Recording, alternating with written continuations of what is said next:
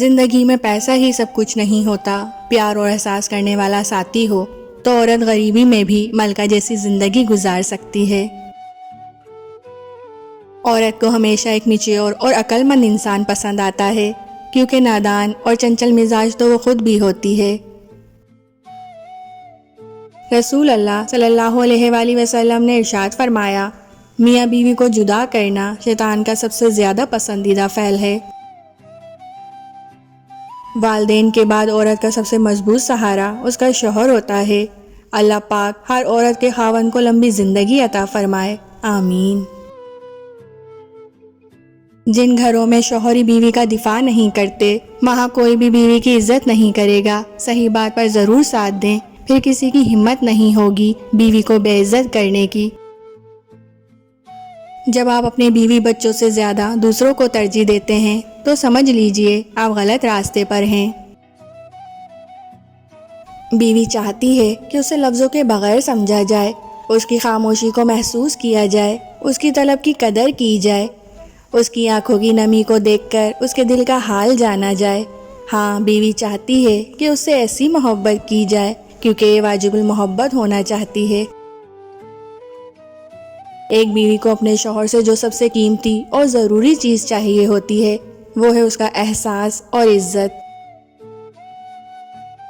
جن سے روح کا رشتہ وابستہ ہو جائے ان کو ذہنی اذیت دینا اچھی بات نہیں، پھر وہ بیوی ہو یا شوہر۔ شادی شدہ عورت کے چہرے کی چمک کی وجہ اس کے شوہر کی پرواہ، محبت اور وفا ہے۔ ایک بار اپنے شریک حیات کو دیکھیں، اگر اس کا چہرہ شادی سے پہلے والے چہرے جیسا ہے تو آپ کامیاب مرد ہیں۔ نکاح کا مطلب ایک دوسرے کو زندگی کے ساتھ کے طور پر قبول کرنا ہوتا ہے، بدلنا ہرگز نہیں۔ اور قبول کرنے کا مطلب ایک دوسرے کی شخصیت کو اس کی خوبیوں اور خامیوں سمیت گلے لگانا ہے۔ تربیت کرنا، پرانی دیوار گرا کر نئی بنانے کی کوشش میں لگ جانا ہرگز نہیں۔ جب نکاح ہو جائے تو زندگی سے میں اور تم کا لفظ نکال کر اس کی جگہ ہم استعمال کرنے سے بہت سے مسائل خود ہی حل ہو جاتے ہیں۔ کسی کو نیچا دکھانے یا کمتر سمجھنے سے زندگی کی کشتی ہچکولے کھاتی رہتی ہے۔ جن گھروں میں میاں بیوی نرم لہجے میں مسکرا کر بات کرتے ہیں ان گھروں میں برکتیں راج کرتی ہیں۔ اگر میاں بیوی کی آپس میں بن جائے تو پھر سارے خاندان کی ان سے نہیں بنتی۔ دنیا کا سب سے بڑا تہوار بیوی ہے، جسے ہر 3 سے 4 دن بعد منانا پڑتا ہے۔ دنیا میں صرف ایک محبت ایسی ہے جس کو دیکھ کر اللہ خوش ہوتا ہے، وہ بیوی کی خاوند سے اور خاوند کی بیوی سے محبت ہے۔ رسول اللہ صلی اللہ علیہ وآلہ وسلم نے ارشاد فرمایا، انسان کا ایمان جتنا زیادہ کامل ہوتا ہے اتنا ہی وہ اپنی بیوی سے زیادہ محبت کا اظہار کرتا ہے۔ عورت کبھی نہیں بتائے گی کہ وہ تم سے بہت زیادہ محبت کرتی ہے، وہ ہمیشہ پہلیوں میں بات کرتی آئی ہے، لیکن جب اسے صبر آ جائے تو دنیا میں سب سے زیادہ مشکل کام اس کے دل میں دوبارہ جگہ بنانا ہے۔